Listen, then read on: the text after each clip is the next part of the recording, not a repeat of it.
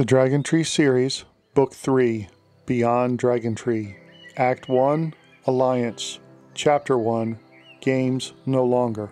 The laughter came to the weary group from across the meadow. They were keeping to the darkest shadows along the edge of the last stand of trees at the edge of the seemingly endless eastern forest. They were watching again today, just as they had the last few days. Achillea, their leader, wanted to be sure that when he and his folk finally revealed themselves to the strange game-playing dragonflies, all would go as well as possible.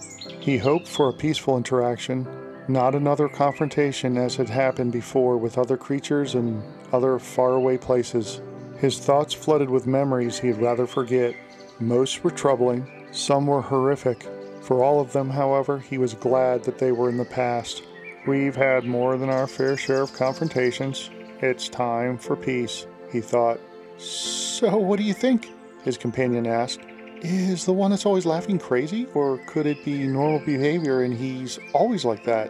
Achillea looked at Rosa Canina without having to turn his head. His whirling eyes were able to see in almost all directions at once. It was his focus that he shifted to her as he answered her question. My best guess is that he's like that all of the time. He paused thoughtfully and added, At least that's what I think. Maybe he's only like that when he's playing or drilling or whatever it is they think they're doing. Do you notice how uncomfortable his behavior makes all his opponents? Rosa asked.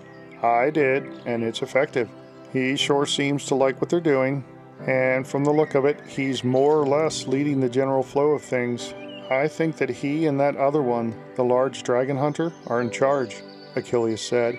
Yes, but in charge of what? The two observers, a yellow, black, and green striped cobra clubtail and a bright pink rosette skimmer, were startled by the unexpected voice. Their reactions were so extreme they almost broke from their shadowy concealment.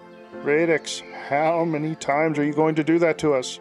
Achillea grumbled once his moment of fright had passed and he realized who had startled him. Please stop doing that or you'll shorten our lives by half, Rosa said in a sharp whisper. There's only so much a battle-weary dragonfly can take.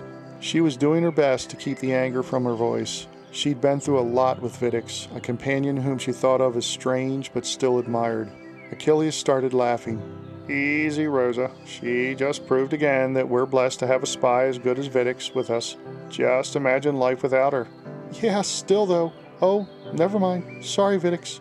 The small, dark flyer ignored the apology. I'll stop when you learn to be more vigilant. And Rosa, it's silly to think that fright could actually shorten your years. Only those horrible beasts that we fled from are likely to do that. Oh, no need to call them to mind, Vidix. We've shaken their pursuit for now, right? Rosa asked. We have. Good enough. I'd like to forget about them for a while if possible, Rosa said, shuddering with the dark memories of many moon phases spent fleeing.